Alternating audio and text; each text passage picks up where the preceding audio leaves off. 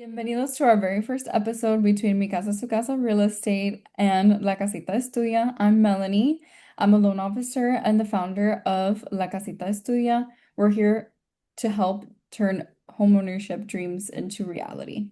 Hello, everybody. I'm Ariel or Ariel. And by the way, that's always my icebreaker. I had the name first. You'll get the joke later. And I'm the actual owner of Mi Casa Su Casa Real Estate. And like Melanie says, we are here to be able to prove to you that yes, you can buy a home. Yes, you can finance a home. And best of all, I'm her dad. So yeah, the fun stuff has been over the years. We've had countless real estate conversations, first time home buyer conversations, and so we're here today because, like Dad said, we're trying to, you know, clear any confusion. I know that it's very difficult as a first-time home buyer because you lack a lot of knowledge. There's a lot of jargon that you just don't understand until you're in the thick of it, and then you start kind of piecing it, and we're here to clarify all of that. So that's kind of the goal of what our podcast is going to be about, all these small little conversations. So we're looking forward to it, and we're ready to get started. So, Dad, tell us a little bit about yourself. Where are you from? All right. So originally born in Cuba and left Cuba when I was 14, was in Panama for about a year, been here since 1987. And I still remember like if it was yesterday, because the first event for me coming into this country was Black Monday. So been here for a lot long. We won't say how many years, but quite a few years. Worked for approximately 20 years for Federal Express. And somewhere along the middle of the 10-year, I decided that I had to do something a little differently. I got inspired. I've always been a people person, and I've always gotten inspired to try to help other people.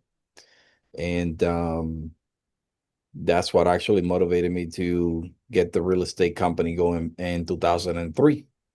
And since I knew I couldn't beat Fred Smith, his own company, then I figure out, I better do something with my life and my career and the family. So here we are 22 years later. It's a long time. Let's talk about you. What got you inspired into getting into the mortgage business? Was it me? Was it mom? Well, I feel like you just answered that question. So I was born and raised in Florida. Florida till I die. Um, I started actually working for a mortgage company when I was like 14 years old, and I was the admin in at the time. And I hated hearing everything that they talked about. I was like, I hate this. This sounds like mom and dad's conversation. I don't want anything to do with it. And my dad would laugh at me and he's like, you're gonna end up here. You're gonna end up here. And then I was pre-med. I was gonna go to PA school. And I have kind of done everything related to service, anything related to health. I've done it. And so a lot of it came down to like customer client relationships, and that is kind of my mom's bread and butter, and seeing my dad also do the same. But theirs is obviously more related to real estate. So about a few years ago, my dad was like, you know what, you should really do it. This would be a really great opportunity, not only for you, but for the both of us. So I was like, you know what? Let's try it out. So that's how I came to be a mortgage loan originator. I think I truly was inspired by my mom because she every single day, she's an account executive, but she works every day with these loan originators, and she explains how and what needs to happen in order for these borrowers to be approved and at the end of the day get financing. But she is one of the people that helps realize the dream of homeownership and put people into homes, and just making sure that everybody has the correct guidance. She's a whiz, that's what we call her. She is such a whiz. She knows so much about every single guideline, and if she doesn't know, she will find out. And all that to say that I think I've just been inspired by both of my parents. And honestly, being that we are, in this country, we are fortunate of owning property.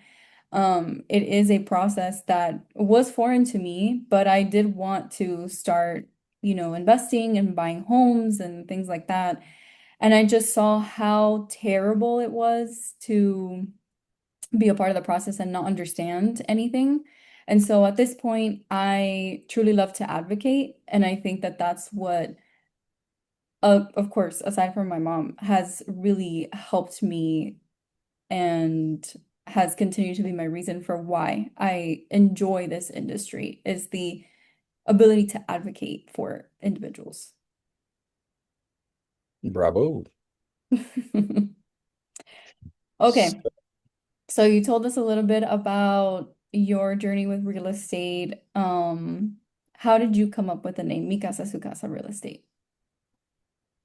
Well, that was an interesting situation. When I decided to open the company, your mother, I was stuck into my home sweet home in English. And obviously, as you can always see, and you would always see around our podcast, we will throw in the Spanglish because we speak Spanish for you. Mhm. Uh, so hence our titles, Mi Casa es Su Casa or La Casita Es Tuya. And we would always stick out for our Latino members. So um, it was a lot of back and forth. The ultimate decision came when the my wife says, "Mi casa es su casa." Oh, and all I had to do was add real estate in the back.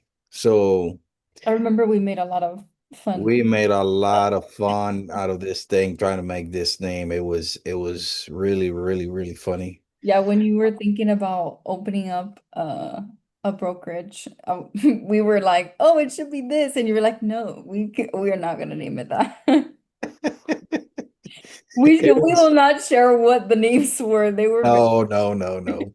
It was interesting for some of the stuff that we came up with until we finalized this. And as you know, obviously you have to register in the state of Florida and you have to make sure it's available. And had quite a few challenges along the way to try to register it. And finally, I came up with Mi Casa Su Casa Real Estate. Talking about that, how did you come up with your name for your company? Oh, it's very easy. I went off of you. I was like, you know what? Dad's in real estate, and because I am doing the financing for it, I'll be like, La Casita Es Tuya. Like you finally get to have it because you get the financing. Um, so yeah, that's what's super fun about both of our names is that it's kind of conjoined. So I think that's really cool. What does it mean to you to have mi casa, su casa? Actually, the name means a little more than just mi casa su casa. Actually, it's the ability or the opportunity to be able to help someone else, to bring dreams to other people, to be able to provide that top level service that unfortunately has gone out the window in the last couple of few years. So yeah, it has a lot of meaning attached to it because there is a lot of goals involved into the process. And as we do these podcasts for you guys, we would like you to participate. We would like you to ask us questions, and we want you to see that we're here to serve you. We're here to prove that there's a meaning behind it. It's more involved than people think it is.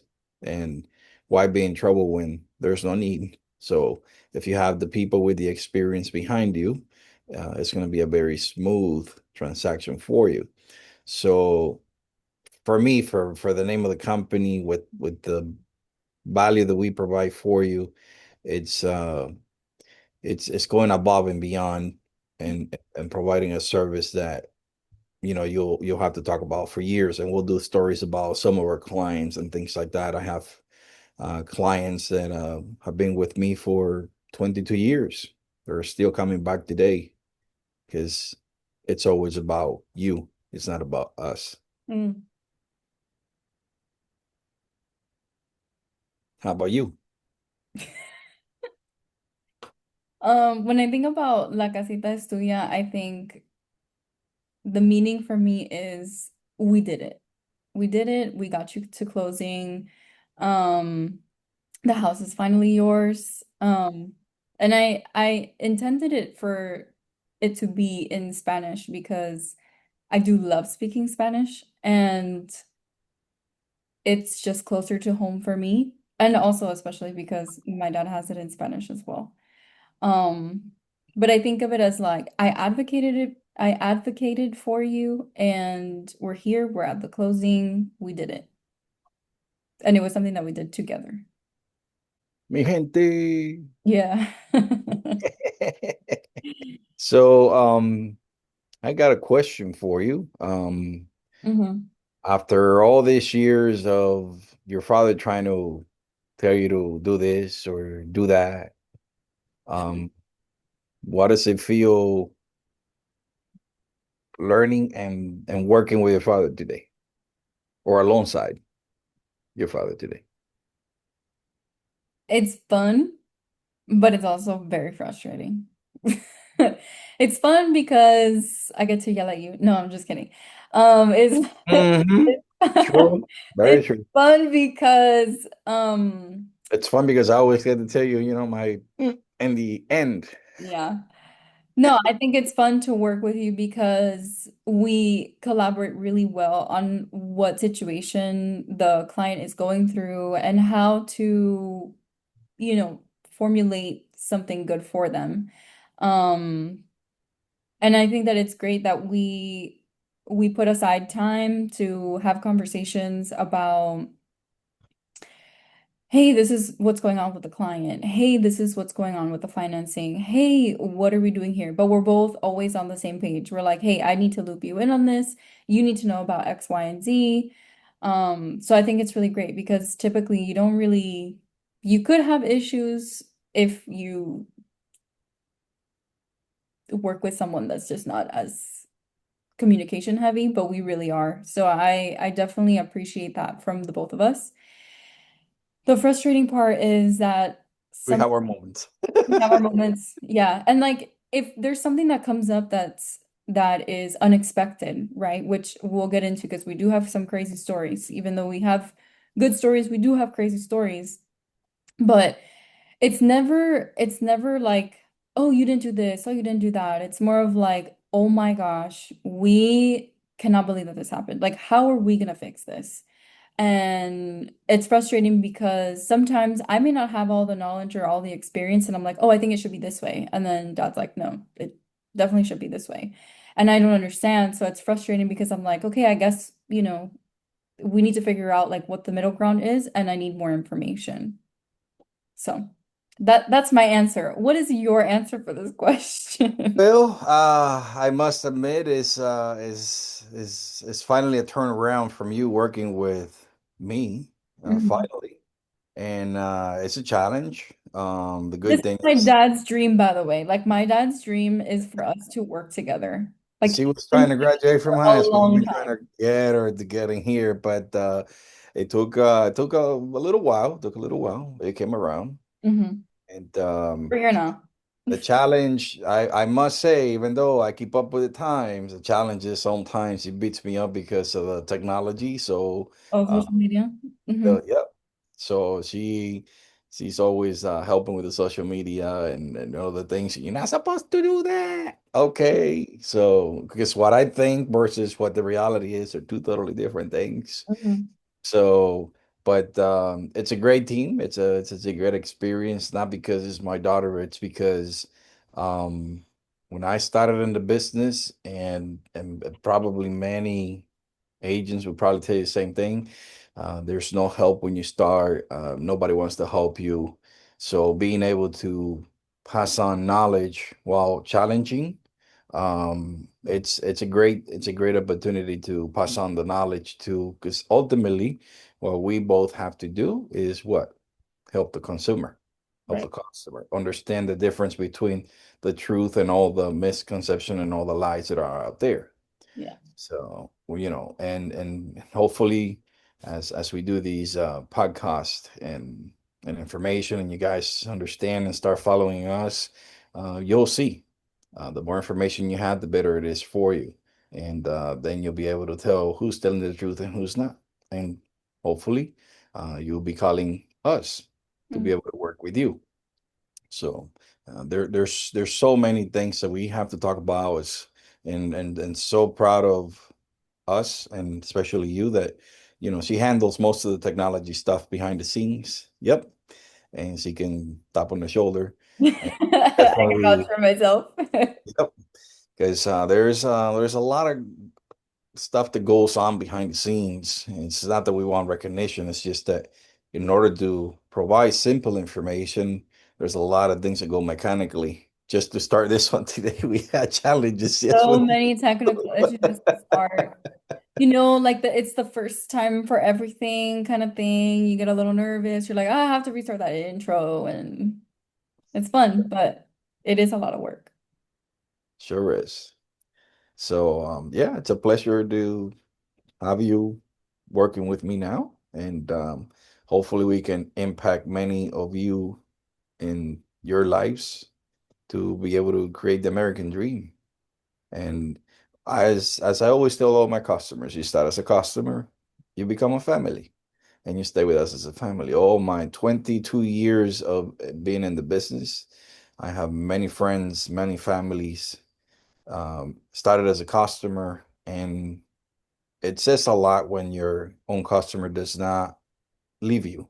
Hmm. But what the kids and everybody else comes back. So that's great. It's great. What do you think makes us a good team then? Don't want you to erase this, but you're a pain in my ass. Okay, that's on the record. On the record, yes. What makes us a good team? You know what? Beyond beyond the big corporate companies, we're small on purpose, and we're here to attend to you. So for us is always customer service first. Yeah, I agree with that white glove service. I think we really do provide that to people.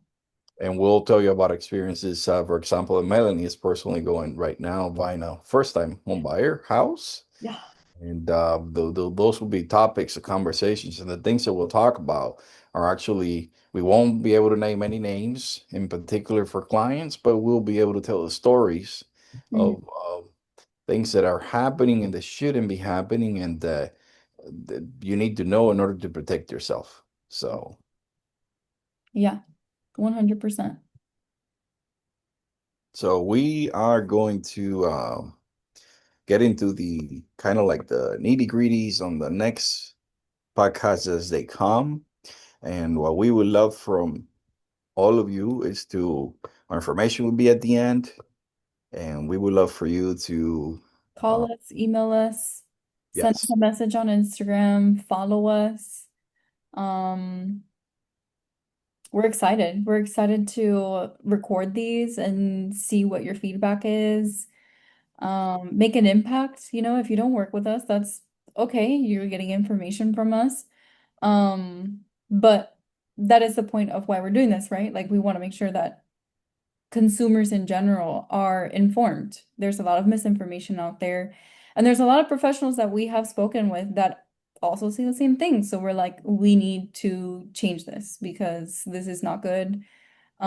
People are, making misinformed decisions, and just to lightly, cover it as like your escrow account and that your taxes and insurance go up every year. And so people think that their mortgage is going to stay the same. That's not true.